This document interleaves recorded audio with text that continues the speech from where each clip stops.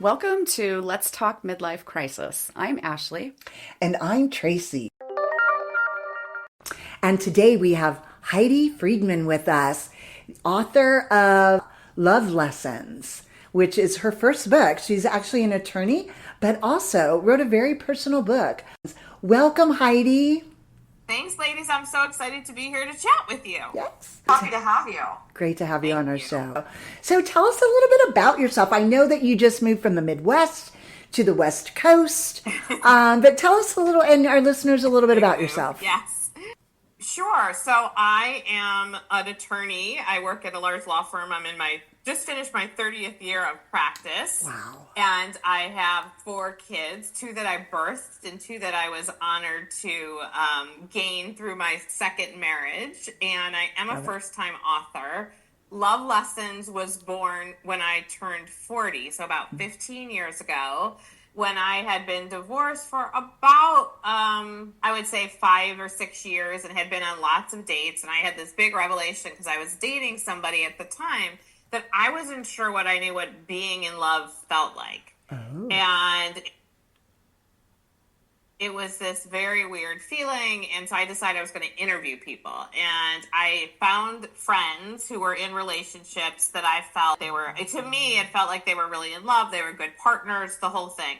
And so I interviewed them and took notes. And I was flying all over actually for depositions at this stage in my life. Thank God for my au pair, Claudia. So shout out to her. And I realized that there's these themes, no matter whether it was a same-sex couple or not, or an older couple or a younger couple, the same themes emerged. And I wrote about 8 chapters of the book at that point, and then I put it away. And then after that, I found it about 2 or 3 years ago, well into my second marriage with the love of my life. And I was really curious to see how those themes would apply to our relationship. And so I started writing some more, and there was a crazy turn of events. And then I decided, okay, well, I think I'll share about my 104 dates and what I learned in my research and my relationship, and come up with some love lessons for folks that might be searching for love or trying to figure out if, this relationship is the right one for them. Wow, Amazing. Oh my gosh. I can't wait to read it. I haven't read it yet, but I can't wait to read it. Yeah. Yes. 104 dates. And tricks and bad date stories. Yes. Yeah. So I'm curious. It's 104 dates with 104 different people? Clarification, not 104 people, 104 dates. There's about 55 people when I broke it down. After I think it was like my 6th date, I started counting because I was getting fixed up 10 ways to Tuesday. When you're in your, 30s and you're the first one to get divorced, literally everyone and their mother fixes you up.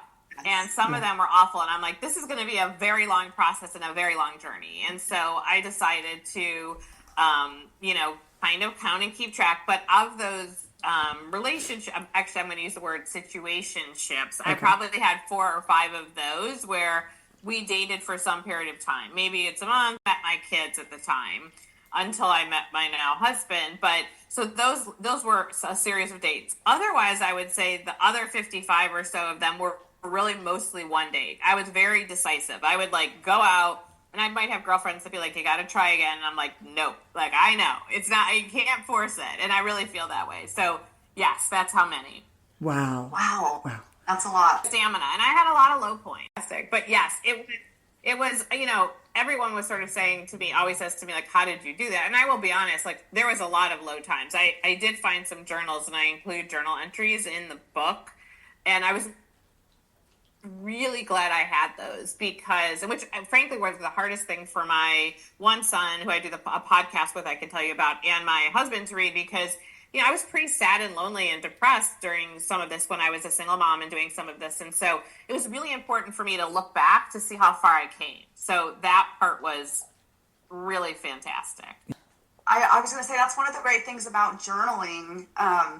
And we've talked about this on some of our episodes, the importance of doing that. I tell my kids all the time when they're going through, kind of milestones or just, any a challenge in life or whatever it is, it's sit down and write. It just, not only does it feel good to get it out, but it's like you said, it's nice to later in life look back and go, wow, that was a crazy time and I made it through. Like, look at me now. Right. I totally agree. My 22-year-old just graduated from college and is caught in this terrible time of trying to find a job in this very bad economy right now. Yeah. And he started journaling, and I think it's helped him quite a bit. So that's been fantastic. And I agree. That's really good advice. Yes, yes. And what did you learn along the way about yourself? That is a fantastic question. So I would say that mostly I worked through why I didn't really have confidence to think I was like worthy of the relationship that I have now. And it was really interesting because I was a super badass at work. Like I always had confidence in my practice. Like it was just from day one. I don't know what it is. It was just, and as I got experience, I got confidence. But in my personal life, never. And I never really had strong, good relationships. And I'm not sure. I come from a family of, my parents have been married for, 65 plus years. They're each other's best friends. They're the only people that laugh at each other's jokes. I mean, it's a crazy situation.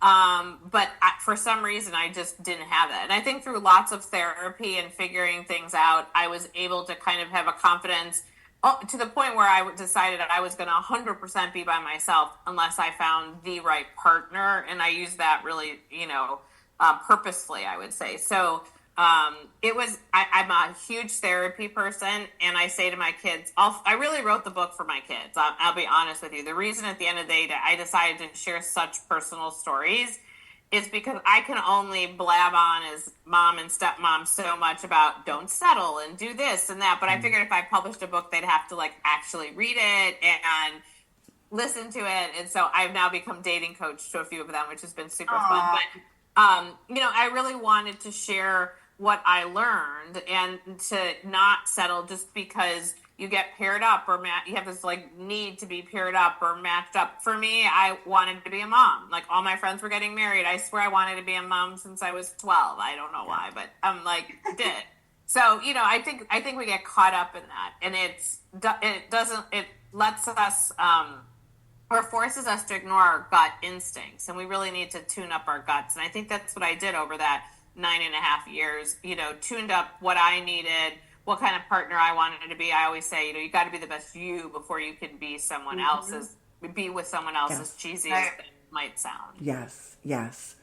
And I was actually going to my next question, and you kind of touched on it, was to ask you what advice for midlife women re-entering the dating scene can you provide us with?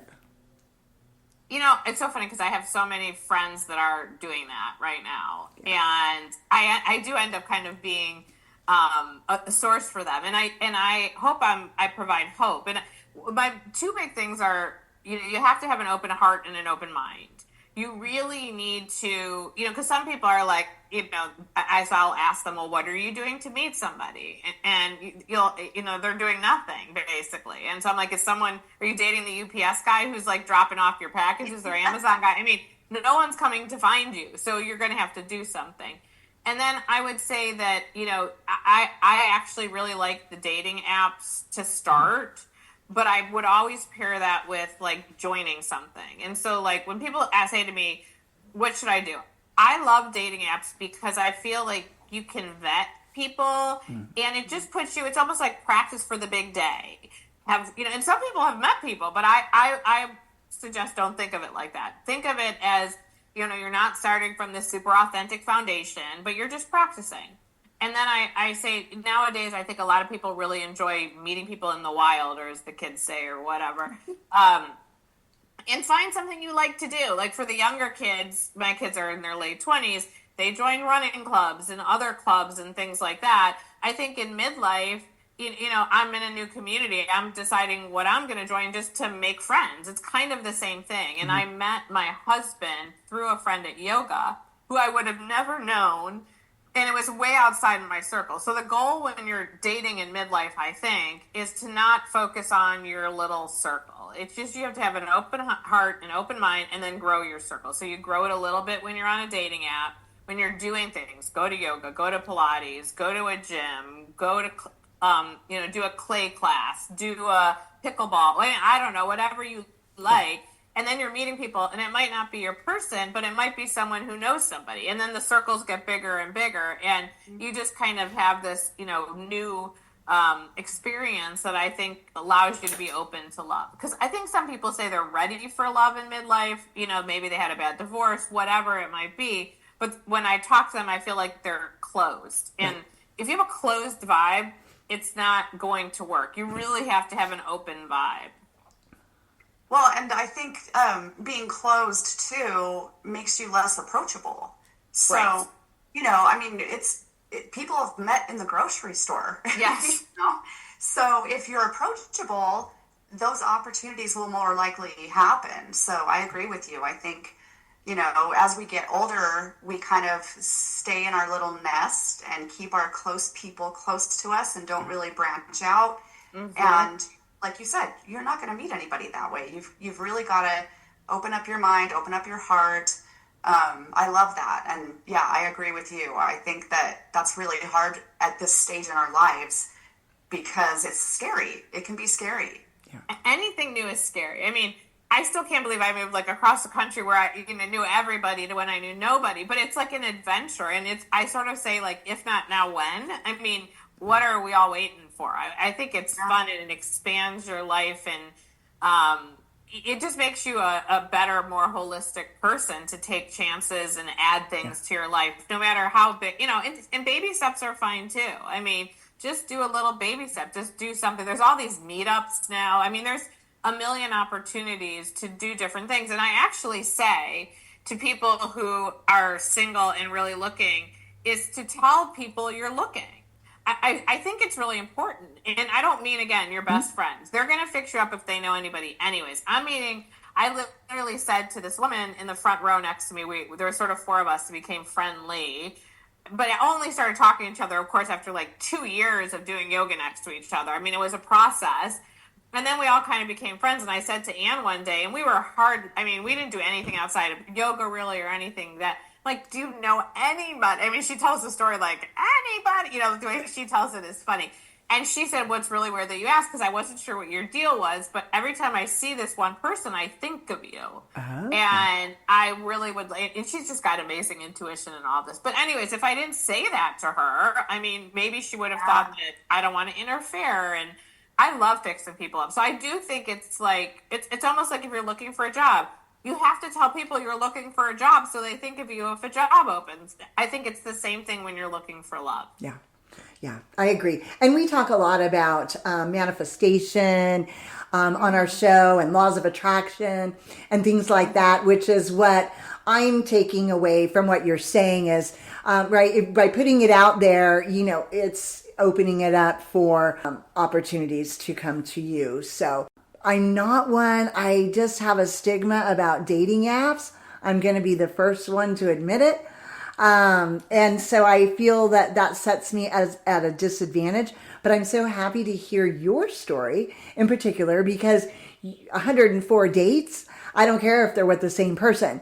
But you also mentioned dating apps, right? But then ultimately you found someone the old fashioned way. 100%. And it was definitely a fix up that almost at the time when I was so done. I'm I'm done. Right. And the other thing I would say, which I think is super important when you said what would your advice be, is don't have too many rules. I had way too many rules. So I had this rule where, he couldn't be more than 5 years older than me. And he had to be divorced for 2 years. Well, Will is 10 years older than me, and he had a very long, drawn-out divorce. They were way separated, but, it took years and years and years. And so Anne was like, you're going. She was literally like, you're going on this date. I don't care what your rules are or whatever. And, can I imagine if I didn't go on? I can't even imagine my life without him. So I do think we have to be don't have so many rules. Don't set, some parameters are okay, because the minute you say to someone, I want to fix you up, they're going to say, well, what are you looking for? Yeah. You could really say a guy, honestly, or a girl, if you're looking for a girl, whatever you're looking for.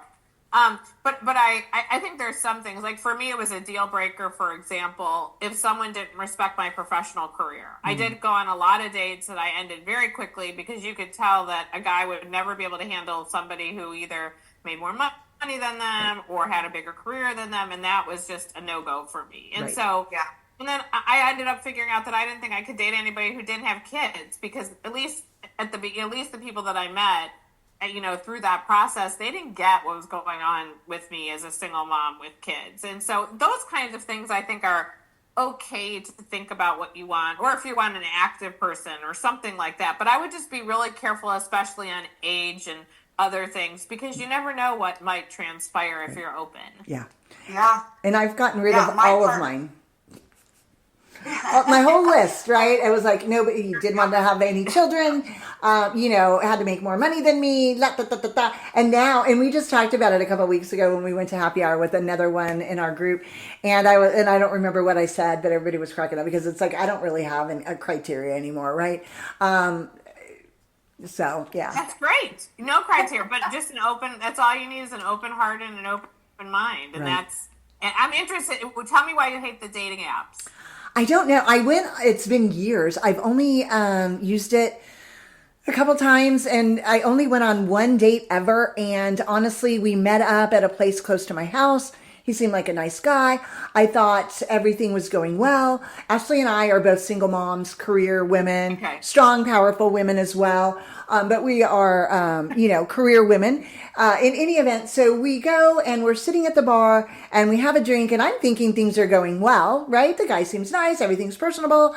And then the bartender comes back around to see if we wanted another drink. And he was like he was waving off a freaking airplane. He was like, no, over our drinks. And I was a little bit shocked by that. And so, okay, let's wrap it up. And I'm willing to pay, right, for my share, whatever. Anyways, we wrapped it up. And I honestly don't remember who paid. And then we walked out together and left. And I'm not even out of the parking lot. And he texted me and said, do you want to go have sex or something like that? Oh my God. And I was so put off by that. Well, that's a very bad experience. I was so put off by that. I'll give that to you. Right? That's very fair. But I just would say, like, listen, we actually spent some time with two of my boys this weekend, and I made them show me what was going on Hinge, just because I mean, I'm ancient. I was using Match.com and eHarmony and J-Date even at some point. So so it's really, really different now, I think, and the algorithms and AI and all of that play a role. But all I think it does is it gets you into the mindset of dating. But I always say, if people, just tell people you want to be fixed up if you're really opposed, or join something. I mean, I only like it for practice, but oftentimes I will say it's not the highest quality of people. My kids verified that for me this weekend. So that is a bad story. I agree with them. We're not going to scare the listeners to not use apps, because that was a long time ago. Right. And, there's lots of times that you're going to want to not go out with somebody again. Yeah. I mean, that happened to me. It works both ways. And the one thing I recommend is I was always very, very honest. I do not believe in ghosting and any of that crap. I mean, I literally was like, you know what? I had a great time. Sorry, I don't think we're a match. I wish you well, period. Yes. And there was times when I wanted to go out with someone again, and, they didn't, which is, okay, not a match. But, and was I really devastated here and there? Sure. But at the end of the day, I think if you take it, pretty, almost professionally kind of on some level, then I think it works. Yeah. And I actually set up a profile on Hinge. I actually have that app on my phone. But I never signed up. I think they're expensive. And I don't know. I just have so many stigmas about it. But I know a lot of people are successful and they do it quite frequently. I know people that can't seem to not be in a relationship, right? So when they're out of one relationship, immediately they, keep going on the dating apps until they find somebody else, etc. I'm not necessarily that way. I honestly think that I've been alone, single for so long that I might be set in my ways. And again, I'm in my own head. Yeah. I will say I was worried because I was single for now. I'm like, what guy is going to want to like sit in bed, eat popcorn, and watch The Bachelorette? I mean, nobody. That's like what I was doing with my life. So, Yeah. But at the end of the day, like when you have the right person, you fit together in a way that makes life so much better. And I think everyone deserves that. And so I think that if it's the right situation, you can. There's also things like, I connected with somebody who has that lunch date, which I think is in a lot of different cities, which is a little bit more expensive. But you do go on like more of a lunch date. You have to be a certain level of professional to be involved. And, again, that didn't work for me, but it was practice. I did feel like every date, and there's some funny stories in the book. I mean, I had some crazy situations. But they're funny when I look back at them. And at the time, I was probably like ready to poke my eyes out. But right now, they're funny. And so you just have to be, okay, I'm on a journey. We'll see what happens. Yeah. What is a favorite lesson that you share in the book? Yeah, I would say my favorite lesson is that you can't change somebody. And the reason that one hits very, very close to home to me because I'm a serial fixer.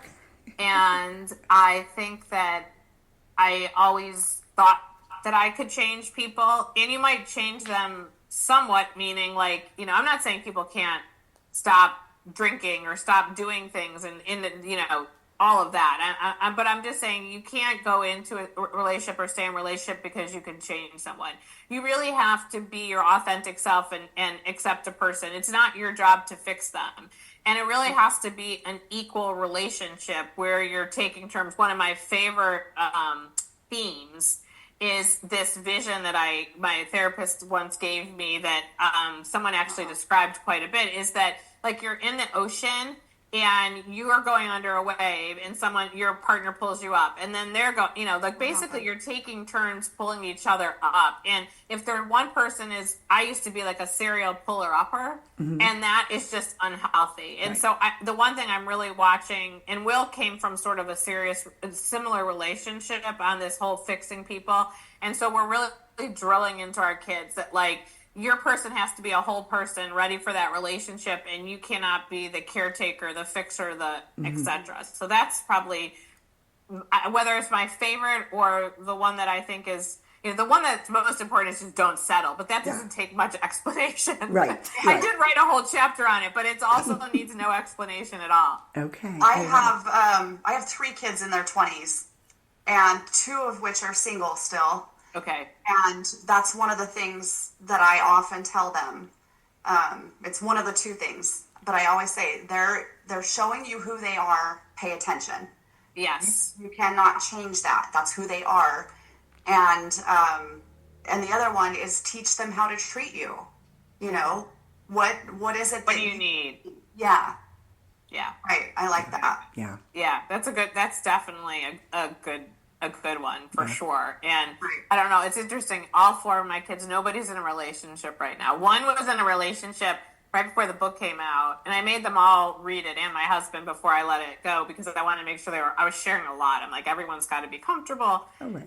And my oldest broke up with his girl after he read it and we chatted. So I was like, that's a win. If no one buys the book, that was a super big win. So, But now they're like, no one's in a relationship. So I'm like, they're all afraid to like date or something. Right. Oh no, I've already decided I'm buying all of my kids, even some that's in a long-term relationship. I'm buying them all the book. Yes. It's so funny because the most books that I have sold are friends whose kids are in their 20s or early 30s who have bought the book for their kids. And I've heard from so many of the kids that have read it. That's crazy. And the other surprise, I didn't expect that. I expect to appeal to divorced single women. That was the and the other thing is, I can't tell you how many people I've heard from in marriages, long-term marriages, where they're saying that, the book spoke to them and made them think about their own marriage and look at the themes and see whether or not they still applied. So that was a good, exciting twist of events I didn't expect. Yeah. It sounds amazing. I can't wait to read it myself. Yeah. And where can our listeners find your book? So it is on Amazon. Okay. Love Lessons. The stories that led me to true love. This is what it looks like.